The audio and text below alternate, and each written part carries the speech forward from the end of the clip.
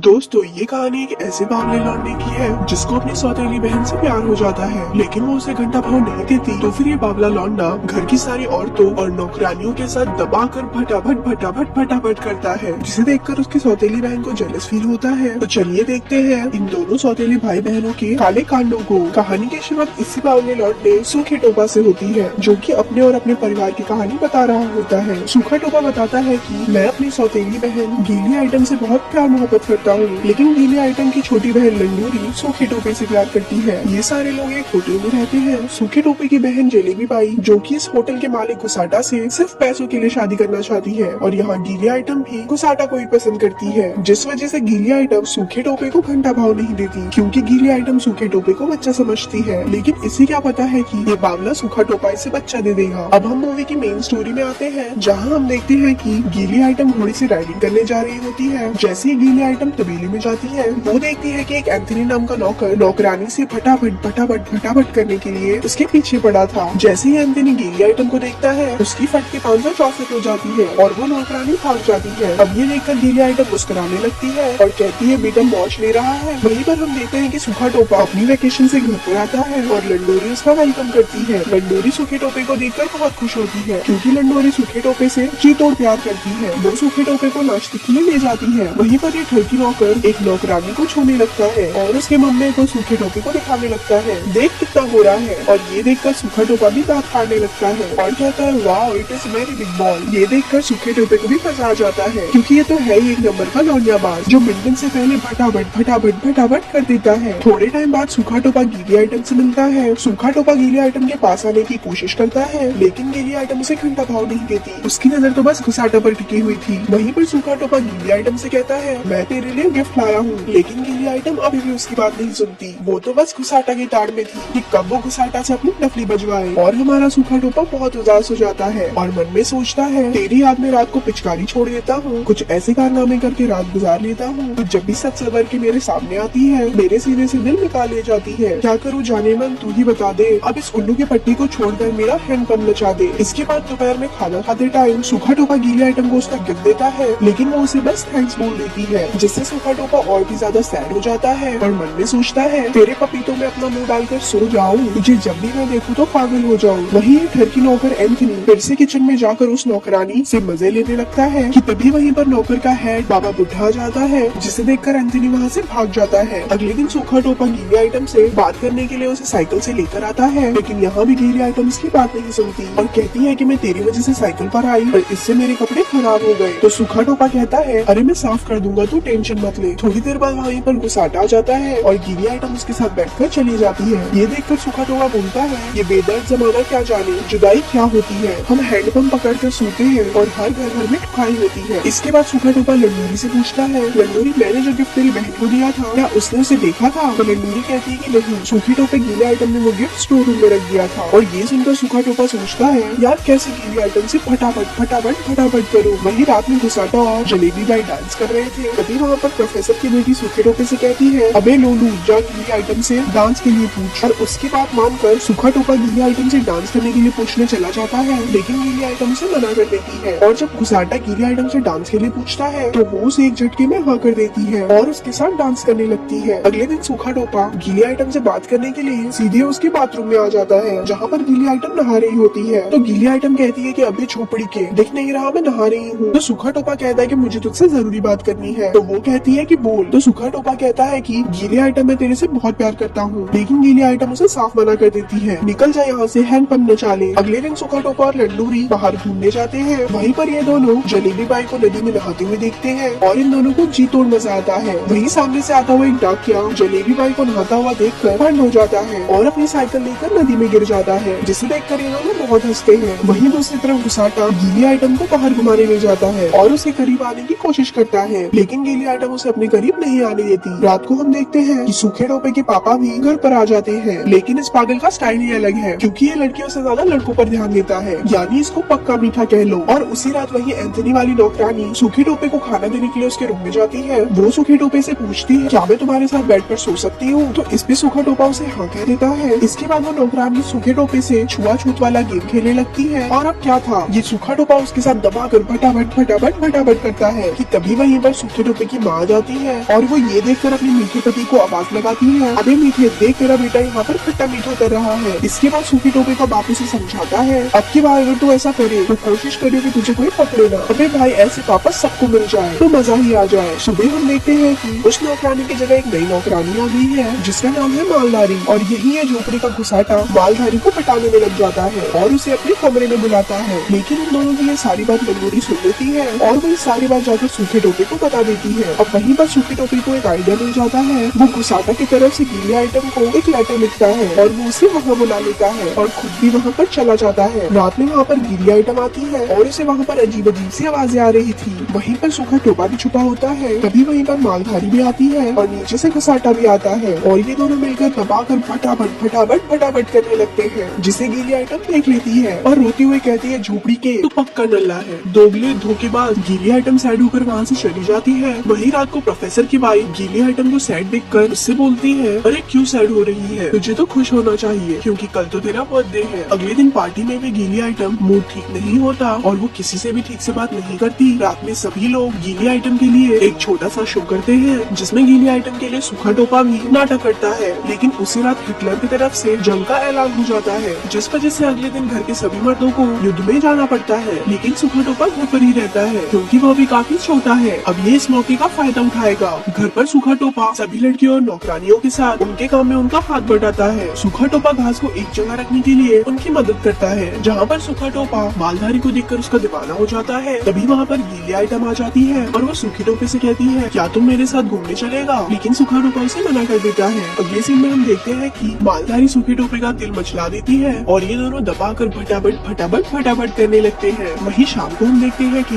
गीली आइटम लंडूरी के साथ एक गेम खेल रही होती है, लेकिन दूसरी तरफ सूखा टोपा कमरे में एक नौकरानी के साथ फटाफट फटाफट कर रहा होता है, जिसकी आवाज गीली आइटम को सुनाई दी जाती है और वो चरस फील करने लगती है और इस कमरे में जाकर सूखे टोपे को एक रपट मारती है और कहती है कि मुझे तुझसे ये उम्मीद नहीं थी। अगले दिन सूखा टोपा गीली आइटम के पास जाता है जो कि काफी ज्यादा सैड होती है, जिस पर सूखा टोपा उसे कंफर्ट देने की कोशिश करता है। तो गीली आइटम कहती है कि अभी जाकर हैंडपंप बचा ले। तो सूखा टोपा कहता है कि अभी झोपड़ी की जब तू नहीं देगी तो यही तो करूंगा। ये सुनते ही वो उसे एक रपट मार देती है। तो सूखा टोपा कहता है कि चल झोपड़ी की देर हफ्ते कम बोलो मेरे सामने, बता रहा हूँ निकल जाओ यहाँ से। तभी गीली आइटम फिर से उसे एक रपट मारती है और वो दोनों लड़ने लगते हैं और एक दूसरे के ऊपर गिर जाते हैं और देखते ही देखते ये दोनों फटाफट फटाफट फटाफट करने लगते हैं।